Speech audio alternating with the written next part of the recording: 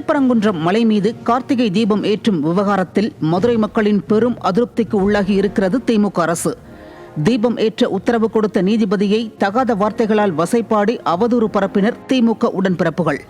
திமுக எம்பிக்களோ இன்னும் ஒரு படி மேலே போய் நீதிபதியை பதவி நீக்க மனு அளித்துள்ளனர்.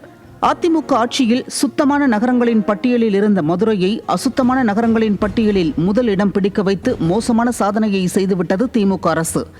மேயர் ஊழல், சுத்தமின்மை, மழை வெள்ளம், திமுக அமைச்சர்கள் உட்கட்சி பூசலால் மக்களுக்கு அடிப்படை வசதிகள் தடை உள்ளிட்டவற்றால் திமுக மீது மதுரை மக்கள் ஏற்கனவே கடும் அதிருப்தியில் இருக்கும் நிலையில் திருப்பரங்குன்றம் விவகாரம் ஆளும் அரசு மீது மேலும் ஆத்திரத்தை ஏற்படுத்தியுள்ளது.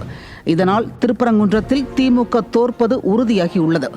மார்க்சிஸ்ட் கம்யூனிஸ்டை சேர்ந்த மதுரை எம்பி சு வெங்கடேசன் தான் கார்த்திகை தீபமா கலவர தீபமா என பேசி சர்ச்சையை ஏற்படுத்தினார். இதனால் அவர் மீது திமுகவிலேயே சிலர் கடுப்பில் இருப்பதாக கூறப்படுகிறது. இருந்ததும் போச்சு நொல்லக்கண்ணா என்பது போல சிறிதாக இருந்த பிரச்சனையை பேசி பேசியே பெரிதாக்கி விட்டார் என்கிறார்கள் சில திமுக கூட்டணி கட்சியினர். இதனால் எப்படியும் அங்கு தோல்விதான் கிட்டுமென உளவுத்துறையும் கையை விரித்துள்ளதால் அந்த தொகுதியை மார்க்சிஸ்ட் கம்யூனிஸ்ட் கட்சிக்கே தள்ளிவிட முடிவு செய்துள்ளதாம் திமுக. கடந்த 2021 சட்டமன்ற தேர்தலில் திருப்பரங்குன்றத்தில் அதிமுகவின் ராஜன் செல்லப்பா சுமார் 1,04,000 வாக்குகள் பெற்று வெற்றி பெற்றார்.